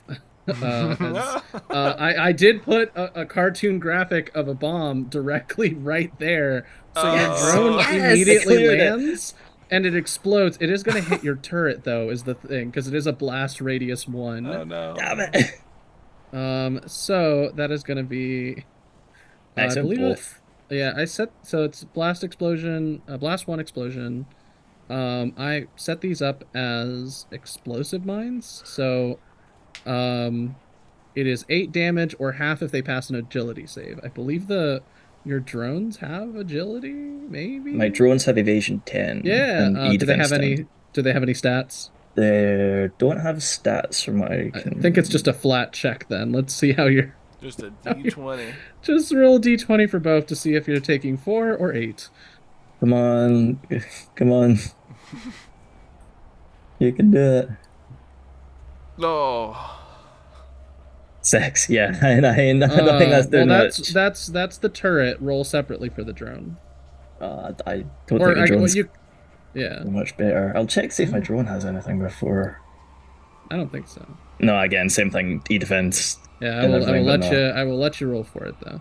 Come on, little buddy. No, you got to. Oh. Worse. These so that's a good thing you didn't put little anthropomorphized faces on them, because you set up your turret on the rock, it starts like like, you know, doing the little thing that fun video game turrets do where they scan the area and they get ready to fire. And then you shoot your other drone pod and the pod lands and you hear a click, and as soon as the drone like unfurls itself and gets ready to move, there's a big explosion. And both of the drones are just like smoldering wreckages on the ground. No. that didn't wasn't hit any of the party members. that wasn't entirely my plan, but I think I did a good job. Yeah. Not gonna lie, that's exactly where I was guessing that I thought it was up in like, front of the barricade. Same here. I thought it was up I here. was like, Yeah. I'm willing to bet it's trying to block cover. I was more blocking the path. I'm surprised. Like I got you did it. You solved my mind puzzle. solved the main puzzle. Yeah. My last thing, I'll do a bit of movement and try and get delivery boy moving a little bit. Alrighty. Real quick, since I did the dismount, is Girl Yes. Boss able to move this turn, or I'm gonna is say it next round? Yeah, we'll say next round because it's easier Okay. that way. Because you already did some stuff too. You fired your smart gun. So I've marked in blue. You will note that I marked inevitable lowercase as well. The mechs I still have left to activate because we're gonna call it here, and pick up next time. For those of you at home, the reason inevitable lowercase gets 2 actions per round is because they have the elite template, which lets them do 2 things. Oh no, that's bad. I actually put 2 templates Yeah, I'm gonna on die. the inevitable lowercase, but we'll learn more about those soon. Like I said, I want just before we go, I want delivery boy going this way with me. Yeah, of course. Keep him with Teddy's armor. You got it. I will say it will help a lot to be near Lucas boiling point, Yeah. so you'll be doing fine. I was The so trucks mad. I'm mad. can't be crossing streams, so I'll move it over here. But you're all Fair, set. fair, yeah. I had a whole thing set up and like, remember, Lucas, you have to activate your tachyon shield. This is really important to remember. I'm like, of course I'm gonna remember this. Comes to my turn, I'm like, fuck that. Let's fire this assault rifle. And then I forgot. Whee! All right, so we're gonna drop it here for now. We have an engineer, an assault, a priest, and a very scary, dangerous sniper at the ready. But we'll see how that goes next time on Nostradamus Corp Phantom Ice. We return instead to our fun group. How are we feeling? Good, that was a lot of fun. Feeling good. Feeling good. A lot of new fun stuff we can do. Yeah, I find like early on in combat, it's a little bit tricky getting back into the swing of things, but once you get started, you can have a lot of fun with it. I feel like if this game came out when I was a teenager, I would have put so much free time into this. It'd be like the only thing I'd be doing is all the variations of mechs and dragging my friends, forcing them to play it with me. I get that. I think that the game is supposed to have a lot of DNA from like 4th edition of D&D, interestingly enough. Yeah, because So 4th edition was really like war gamey, right? Just like how like the battle of this is, and it's cool, it's fun. I like it. Yeah. So it's a nice change of pace. You get to. My truck mission is off to a rousing success. No, Although you all have done some kick butt damage to the first 2 main mechs already. So I'm imagining as soon as you pick up more steam, you'll just start steamrolling the rest of them. Inevitable lowercase is I will say, physically not much stronger than a regular sniper, just has a bunch of extra bells and whistles. And if you know anything about snipers, they're generally pretty fragile.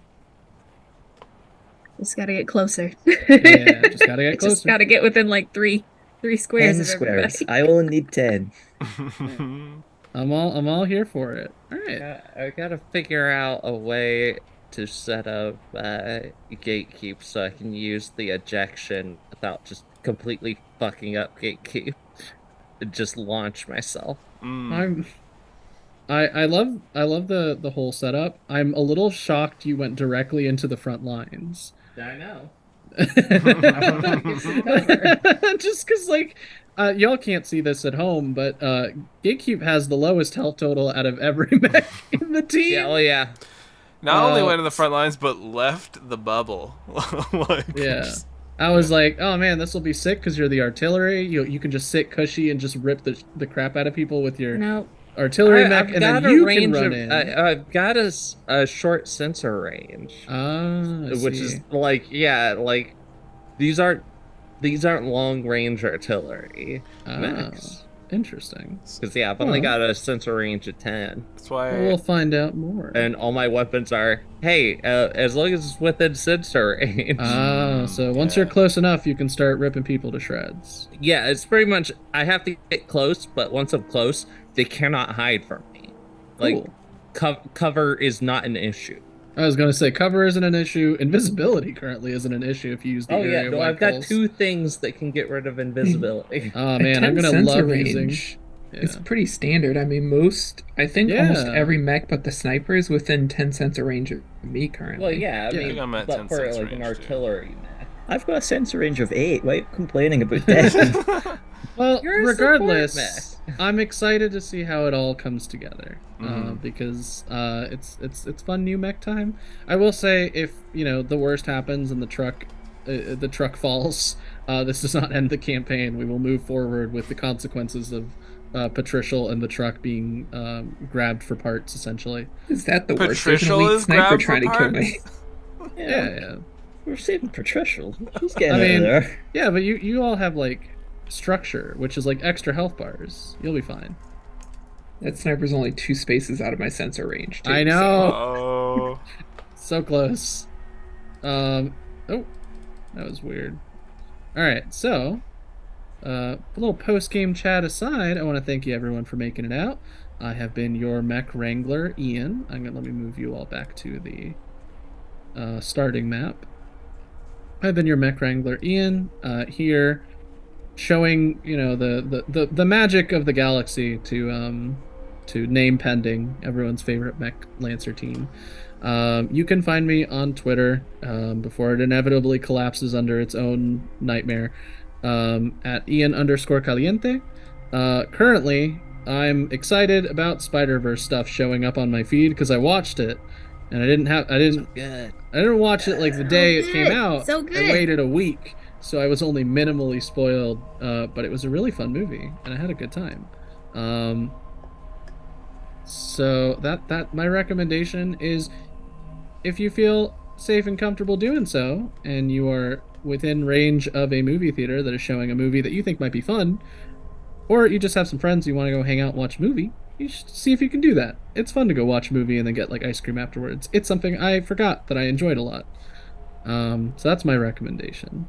That's all I got brain wise. I don't want to live with the nightmare of our improv session at the beginning, so I'm just gonna go around the Zoom call.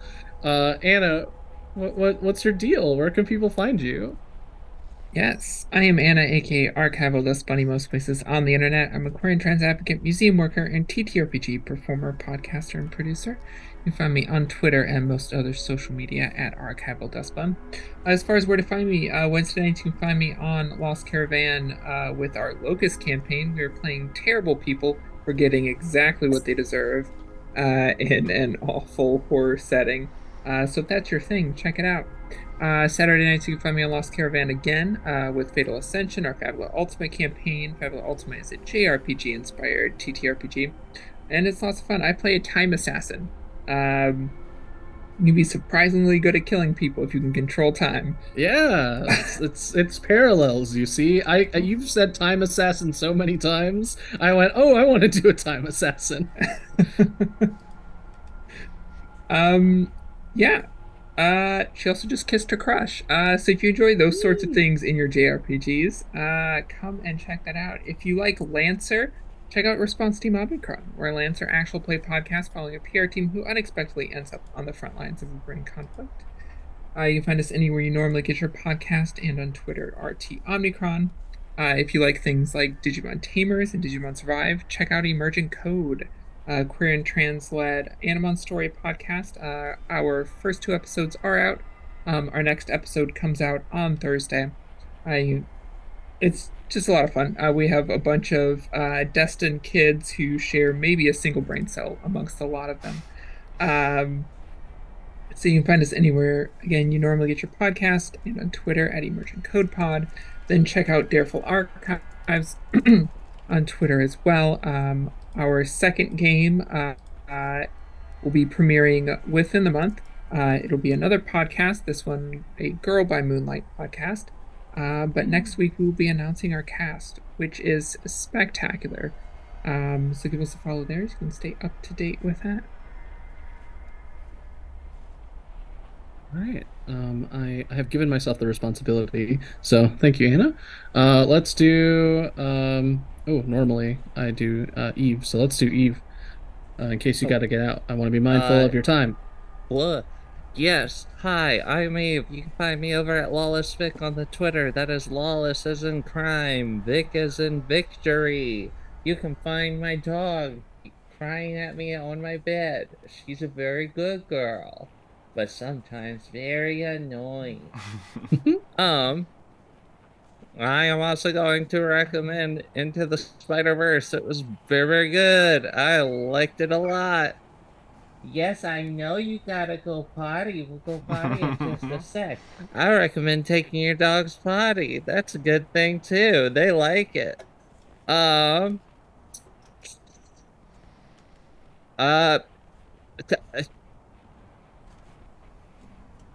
with Legos. Shoot Lucas a helping hand. Mm-hmm. Check out the game The Chant. It's pretty neat.